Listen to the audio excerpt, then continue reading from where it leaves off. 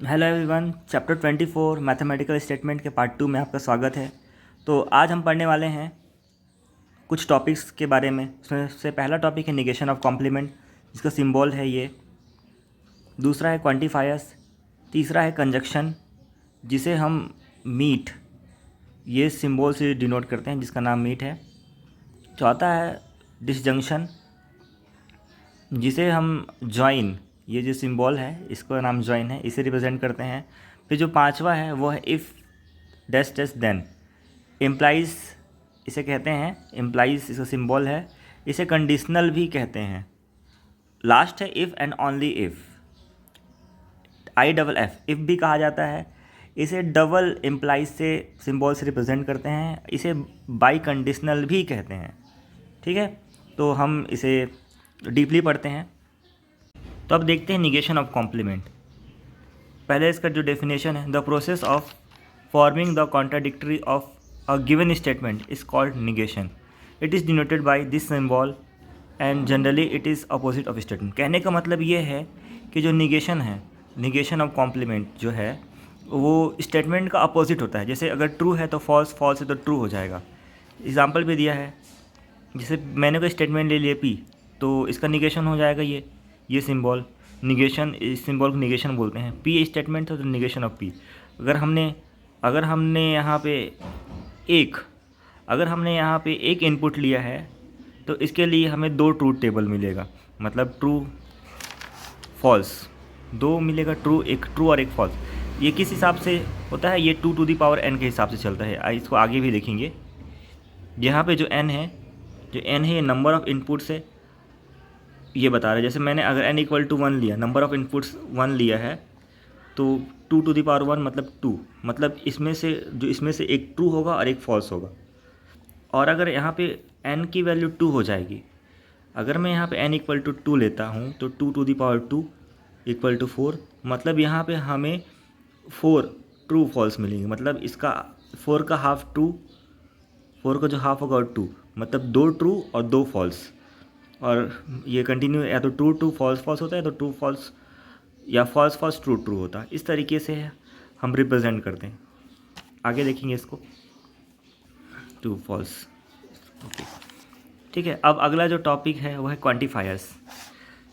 Quantifiers होता क्या है देख सकते हैं। Some symbols it is necessary in mathematics like there exist, ये जो सिंबल इसका नाम देयर एग्जिस्ट, फॉर ऑल, या इसी को फॉर एवरी भी बोलते हैं, ये बिलोंग्स टू, ये जो हैं ये सब क्वांटिफायर्स हैं। इनका मैथ्स में बड़ा यूज़ है। जैसे एग्जांपल के लिए देख लेते हैं, for all x belongs to n where x + 1 greater than x, for every, मतलब यहाँ पे बता रहा है कि जो x की जितनी भी वैल्यू मिलने वाली है, जैसे 1 2 3 4 5 6 7, जितने भी x की वैल्यू है वो नेचुरल नंबर की फैमिली से ही होनी चाहिए। इसका मतलब ये है। तो अगला टॉपिक है वो लॉजिकल कनेक्टिव्स। तो लॉजिकल कनेक्टिव्स में हम जो पढ़ने वाले हैं वो है conjunction, disjunction, if and then, और एंड लास्ट में इफ़ एंड ओनली इफ़। तो पहले इसके बारे में जानते हैं, इसका डेफिनेशन देखते हैं, ये होता क्या है। The word or phrase which connect to simple statements are called logical connectives or simply connectives. कहने का मतलब ये है कि दो सिंपल स्टेटमेंट है, अगर उसको आपस में हम लोग कनेक्ट कर देते हैं तो वही हो जाता है लॉजिकल कनेक्टिव्स। और इस दो सिंपल सेंटेंस को हम एंड, और, इफ़ डैश डैश देन, या इफ़ एंड ओनली इफ़ के थ्रू कनेक्ट करते हैं। For example, he is good boy and honest person, he is good boy और बैड बॉय ऑल्सो। तो इस तरीके से हम स्टेटमेंट्स को कनेक्ट कर सकते हैं। आगे देखते हैं कनेक्टिव सिंबल, ये कंपाउंड स्टेटमेंट। अगर कनेक्टिव एंड है तो इसका जो सिंबल है, ये जो सिंबल दिख रहा है इसका नाम है मीट। अगर एंड है तो हम यूज़ करेंगे ये मीट, और इसका मतलब होता है कंजक्शन। ठीक है। और अगर हमारा जो कनेक्टिव है और है तो हम इस सिंबल का यूज़ करेंगे जिसका नाम है जॉइन, और इसका मतलब होता है डिसजंक्शन।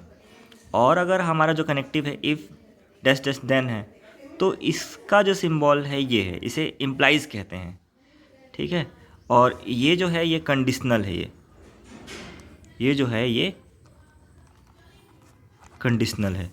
और उसके बाद इफ़ एंड ओनली इफ़, जिसे हम शॉर्टकट में IFF इफ़ भी कह सकते हैं। इसका जो सिंबल है ये डबल एरो, जिसे हम डबल इम्प्लाइज भी कहते हैं, या बाई कंडीशनल, मतलब जिसका कंपाउंड स्टेटमेंट है बाई कंडीशनल स्टेटमेंट। ठीक है, तो अब हम डिस्कशन करते हैं कंजक्शन मीट के बारे में। तो मीट मतलब होता है, पता ही है, एंड। और अगर हम यहाँ पे P और Q अगर दो इनपुट ले रहे हैं तो इसके लिए हमारे पास 4 होना चाहिए, जिसमें से दो ट्रू होगा और 2 फॉल्स होगा, बता 2 टू द पावर n, जहाँ पे n है नंबर ऑफ़ इनपुट्स। तो हमें 4 लेने पड़ेंगे, 4 ट्रू फॉल्स, मतलब जिसमें दो ट्रू होगा और 2 फॉल्स होगा, और ट्रू टू फॉल्स फॉल्स, या तो फॉल्स फॉल्स ट्रू ट्रू भी ले सकते हैं, कोई प्रॉब्लम नहीं। उसके बाद अगर क्यू में जाएंगे तो ट्रू फॉल्स ये ऐसे डिवाइड हो जाएगा, या फॉल्स ट्रू भी ले सकते हैं, इसको कोई प्रॉब्लम नहीं है। तो हम इसे देखते हैं P मीट Q, या P एंड Q भी इसे कह सकते हैं, कोई प्रॉब्लम नहीं है। तो इसका मतलब ये है कि अगर P और Q दोनों ट्रू हैं तो हमें जो रिज़ल्ट मिलेगा ट्रू एंड फॉल्स। अगर इसमें से कोई एक भी फॉल्स हो जाएगा तो हमें रिज़ल्ट मिलेगा फॉल्स। इसको ऐसा भी कर सकते हैं कि 1 1, हम इसे 1 1 0 0 इस तरीके से भी समझ के देख सकते हैं। 1 एंड 0 0 मतलब एक तरह से डॉट प्रोडक्ट हो जाता है। इसे हम डॉट भी समझ सकते हैं, क्योंकि आगे एक गेट में डॉट की तरह वर्क होता है, इसका यूज़ डॉट की तरह करते हैं गेट के लिए। तो कहने का मतलब ये है कि अगर दोनों में से कोई एक भी फॉल्स हो जाएगा तो रिज़ल्ट हमें फॉल्स मिलेगा। True and false and true false, और दोनों ही फॉल्स है तो फॉल्स एंड फॉल्स ही मिलेगा। तो ये हमें मिलता है। अब आता है डिसजंक्शन, जिसका मतलब है ज्वाइन, और अगर गेट के लिए यूज़ करते तो इसका मतलब हो जाता प्लस और इसका यूज़ होता है, इसमें से अगर एक भी ट्रू हो जाए तो रिज़ल्ट हमें ट्रू मिलता है। ट्रू और ट्रू या ट्रू हो जाएगा, ट्रू और ट्रू और फॉल्स, ट्रू एफ मतलब फॉल्स और ट्रू, रिज़ल्ट ट्रू, क्योंकि एक भी ट्रू है तो रिज़ल्ट ट्रू मिलेगा, और दोनों फॉल्स हैं तो रिज़ल्ट हमें फॉल्स मिलेगा। ठीक है। थर्ड जो है वो है इफ़ टेस्ट देन, जिसे रिप्रेजेंट करते हैं इस सिंबल से, जिसका नाम है इम्प्लाइज, और इसे हम कंडीशनल स्टेटमेंट भी कहते हैं। हमने 2 इनपुट लिया है P और Q। P है जो है ट्रू फॉल्स, तो Q के लिए है true false, P implies Q। ठीक है, और यहाँ पे Q इम्प्लाइज P। P जो है इसके हिसाब से P इम्प्लाइज Q, P जो है वो होगा सफिशेंट कंडीशन Q के लिए, और जो Q है नेसेसरी कंडीशन है, मतलब Q अपने आप में कंप्लीट हो जाएगा, और नेसेसरी मतलब आवश्यक कंडीशन है। तो इसके ट्रूथ टेबल को समझाने से पहले मैं इस सेंटेंस लेता हूँ, सेंटेंस के थ्रू इसको समझाने की कोशिश करता हूँ मैं। अगर सेंटेंस वो समझ में आ गया है तो फिर ट्रूथ टेबल समझना आसान हो जाएगा। तो पहले एक सेंटेंस लेते हैं, if he will come then I will dance. तो यहाँ पे इफ़ ही विल कम ये P है, देन आई विल डांस ये Q है। तो देख सकते हैं कि आई विल डांस ये अपने आप में कंप्लीट है। देन आई विल डांस मतलब P के लिए ये जो देन आई विल डांस है ये एक नेसेसरी कंडीशन हो जाएगा, और इफ़ ही विल कम ये एक सफिशिएंट कंडीशन है। तो अगर देखते हैं इफ़ ही विल कम मतलब वो आता है, आएगा। इफ़ ही विल कम मतलब अगर वो आएगा तो मैं डांस करूँगा। ठीक है, अगर वो आया और वो डांस किया तो ये तो फिर ट्रू हो जाएगा। ठीक है, तो ट्रू देन ट्रू होगा। इफ़ दूसरा देखते हैं, दूसरा condition, if he will come वह आएगा, then I will dance. Okay, if he will come आएगा मतलब वो आया, देन आई विल डांस। बोला तो था कि डांस करूँगा, लेकिन वो डांस नहीं किया, मतलब फॉल्स हो गया, तब तो फिर गलत हो गया वो, मतलब स्टेटमेंट ही फॉल्स हो जाएगा ये। थर्ड कंडीशन देखते हैं, इफ़ ही विल कम वो बोला था वह आएगा, लेकिन वो नहीं आया, डिडंट कम, वह आया नहीं, देन आई विल डांस। उसके बाद भी वो डांस करेगा बोला था, लेकिन और वो किया भी, मतलब ट्रू है। वो आया नहीं, बोला था आएगा लेकिन आया नहीं, फॉल्स। वो डांस करेगा बोला था और डांस किया, तो मतलब अपना काम तो किया ना, भले नहीं आया लेकिन अपना काम किया। मतलब ये क्या हो रहा है, एक तरह से दोनों को मिला के ट्रू हो जा रहा है, जो स्टेटमेंट है ट्रू स्टेटमेंट बन रहा है। भले वो नहीं आया लेकिन काम तो किया ना वो। चौथा number, if he will come then I will dance. Okay, मतलब वो आएगा कहा था लेकिन वो आया नहीं। वो डांस करेगा बोला था लेकिन डांस किया नहीं। वो आया नहीं फिर डांस किया नहीं। वो आया नहीं डांस किया नहीं, मतलब ये भी फॉल्स ये भी फॉल्स, तो हुआ तो क्या, ट्रू ही हो गया ये। मतलब दोनों ने अपना काम नहीं किया। तो भाई वो आया नहीं, अपना वादा पूरा नहीं किया, और ये भी डांस किया नहीं। भाई वो आया नहीं और डांस किया नहीं, एक तरह से सही तो हो गया ना। कहा था कि तुम आओगे, इफ़ वो आएगा, इफ़ ही विल कम ना, वह आएगा मैं डांस करूँगा। वो आया नहीं इसलिए मैं डांस किया नहीं। ठीक है, मतलब सही तो है। तो अब हम ट्रूथ टेबल को समझ सकते हैं, और मैं बता चुका हूँ कि पी और जो क्यू है कंडीशनल स्टेटमेंट है। ये मीन्स इसमें अगर जो नेसेसरी कंडीशन है, अगर ये इस पर डिपेंड करता है, अगर ये फॉल्स हो जाएगा तो ये पूरा का पूरा जो स्टेटमेंट है कंडीशनल स्टेटमेंट, पूरा का पूरा कंडीशनल स्टेटमेंट फॉल्स हो जाएगा क्यू के फॉल्स होने पर। मतलब जो पी है ये क्यू पे डिपेंड करता है। ठीक है, अब देखते हैं, जैसे ट्रू ट्रू और ट्रू है, ये पी भी ट्रू है क्यू भी ट्रू है, तो रिज़ल्ट हमें ट्रू मिल रहा है क्योंकि क्यू ट्रू है। बता चुका हूँ कि जो पी है वह क्यू पे डिपेंड कर रहा है। ठीक, यहाँ पे जो पी है इसे हम एंटीसीडेंट कहते हैं, और जो क्यू है इसे कॉन्सिक्वेंट कहते हैं। अगर पी ट्रू है क्यू फॉल्स है तो रिज़ल्ट हमें फॉल्स मिलेगा क्योंकि क्यू फॉल्स है यहाँ पे, और पी फॉल्स है क्यू ट्रू है तो रिज़ल्ट हमें ट्रू देखने को मिल रहा है।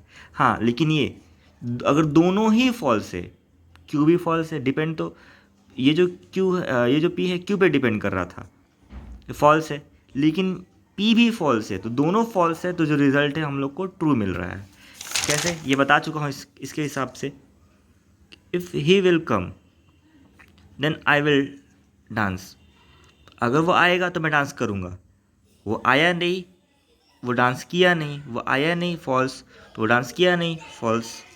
तो भाई सही तो बात है ना, तो ये स्टेटमेंट ट्रू हो जा रहा है। तो इस तरीके से हम देख सकते हैं कि दोनों के फॉल्स होने पर जो कंडीशनल स्टेटमेंट है वो ट्रू हो जा रहा है। यहाँ पे क्यू इम्प्लाइज पी, अगर ऐसा है तो जो क्यू है वो पी पे डिपेंड कर रहा है। पी के ट्रू होने पर ट्रू मिलेगा और फॉल्स होने पर फॉल्स मिलेगा। कब, जब ये क्यू, अगर क्यू ट्रू है तब, अगर क्यू ट्रू है तब पी के ट्रू होने पर ट्रू मिलेगा और फॉल्स होने पर फॉल्स मिलेगा, लेकिन दोनों फॉल्स है तो रिज़ल्ट हम लोग को ट्रू मिलेगा। चौथा जो केस है वो है इफ़ एंड ओनली इफ़, जिसे हम बाई कंडीशनल या फिर डबल इम्प्लाइज भी कहते हैं, और इससे IFF इफ़ भी लिखा जा सकता है। तो हम दो स्टेटमेंट लेते हैं पी और क्यू। पी के लिए true true false false, Q के लिए ट्रू फॉल्स ट्रू फॉल्स, और हम इसे ऐसे दिखा सकते हैं पी डबल इम्प्लाइज क्यू, और उसको उल्टा क्यू डबल इम्प्लाइज पी। तो इस ट्रूथ टेबल को समझने से पहले हम एक स्टेटमेंट के थ्रू समझते हैं। जैसे मान लो he will come if and only I will dance, मतलब ये है कि वह आएगा यदि और यदि मैं डांस करूँगा। मतलब दोनों तरफ से होना चाहिए, अगर मैं डांस करूँगा तो उसे आना चाहिए, और वह आएगा तो मैं डांस करूँगा। मतलब मैं डांस करूँगा तो उसे आना चाहिए, और वह आएगा तो मैं डांस करूँगा ही करूँगा। मतलब दोनों एक दूसरे पे डिपेंडेंट होने चाहिए। अगर ऐसा सिचुएशन है तो उसके लिए क्या होगा देखते हैं। पहला है ही विल कम, मतलब वो ट्रू है, वो आया, आई विल डांस, मैं डांस करूँगा। वो आया और वो डांस किया, मतलब अगर दोनों ट्रू हैं तो रिज़ल्ट ट्रू मिला है, मतलब ट्रू ट्रू तो रिज़ल्ट ट्रू। दूसरा, ही विल कम, मतलब वो आया, ठीक है, वह आएगा बोला था लेकिन, और वह आया, करेक्ट है। If and only if I will dance, ठीक है। वह आया और वह डांस नहीं किया, ठीक है, वह आया, ठीक है, और ये डांस नहीं किया। मतलब इसमें ये हुआ कि ही विल कम, मतलब वो आएगा if and only I will dance, जब मैं डांस करूँगा। तो इसमें से ही विल कम मतलब वो आया, आ गया, वो आ तो गया बट उसने डांस किया नहीं। वह आया लेकिन डांस किया नहीं, ठीक है, और डांस किया नहीं तो इसके आने का कोई मतलब नहीं रहा। वो डांस किया नहीं, इसके फिर आने का कोई मतलब ही नहीं रहा। तो फिर ये हो जाएगा, जो स्टेटमेंट है फॉल्स हो जाएगा। उसके बाद थर्ड नंबर,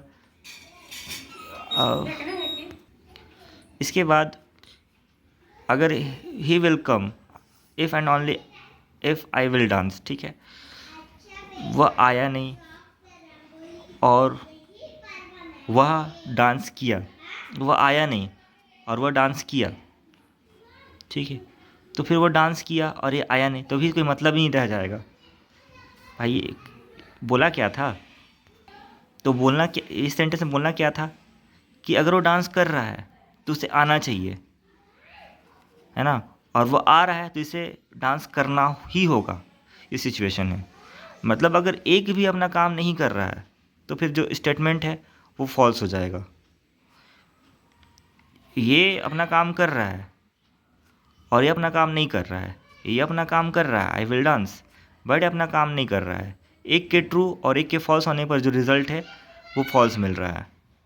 चौथा कंडीशन है ही विल कम, ठीक है, आएगा बोला था और डांस करूँगा बोला था, ठीक है, मतलब ये फॉल्स हो रहा है, वो आया नहीं तो ये डांस किया नहीं, ठीक है, वह आया नहीं ये डांस किया नहीं, मतलब दोनों ही फॉल्स हो जा रहे हैं।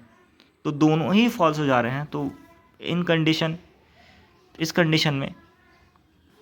कंडीशन में देख सकते हैं कि जो रिज़ल्ट है वो ट्रू मिलेगा, क्योंकि दोनों ने ही अपना काम नहीं किया है। मतलब ये कह लो कि दोनों ही झूठे मतकार निकले, ये भी अपना काम नहीं किया है, ये भी अपना काम नहीं किया है, तो फिर किसे बुरा लगेगा, किसे ही बुरा नहीं लगेगा। तो जो रिज़ल्ट है वो रिज़ल्ट ट्रू मिलेगा। अब इसे ऐसा भी ट्रिक के माध्यम से समझ सकते हैं, बट ट्रूथ टेबल में होगा क्या, ट्रू और ट्रू है तो रिज़ल्ट ट्रू मिल रहा है। मतलब अगर एक ट्रू है, दोनों में से कोई अगर एक ट्रू है और दूसरा वाला ट्रू या फॉल्स हो रहा है, तो रिज़ल्ट अगर ट्रू हो रहा है तो रिज़ल्ट ट्रू मिलेगा और फॉल्स हो रहा है तो फॉल्स मिलेगा। एक के ट्रू होने पर दूसरा अगर ट्रू होता है तो ट्रू मिलता है और फॉल्स होने पर रिज़ल्ट फॉल्स मिलता है, कोई भी। हाँ, लेकिन जब दोनों ही फॉल्स हो जाए तो रिज़ल्ट फिर जो रिज़ल्ट है वो ट्रू मिलेगा। ट्रू ट्रू तो रिज़ल्ट ट्रू, एक ट्रू है और एक फॉल्स है तो रिज़ल्ट फॉल्स मिल रहा है। तो वही कंडीशन है, एक ट्रू है और एक फॉल्स तो रिज़ल्ट फिर फॉल्स मिलेगा, और दोनों ही फॉल्स तो रिज़ल्ट ट्रू मिलेगा। इसमें भी सेम सिचुएशन है। तो इस तरीके से हम चारों कंडीशन को समझ सकते हैं और इससे रिलेटेड जो एग्ज़ाम्पल है उसको सॉल्व कर सकते हैं। तो आगे आने वाले पार्ट में इसके एग्ज़ाम्पल्स को लेके चलेंगे, इसके एग्ज़ाम्पल्स को सॉल्व करेंगे। Thank you very much.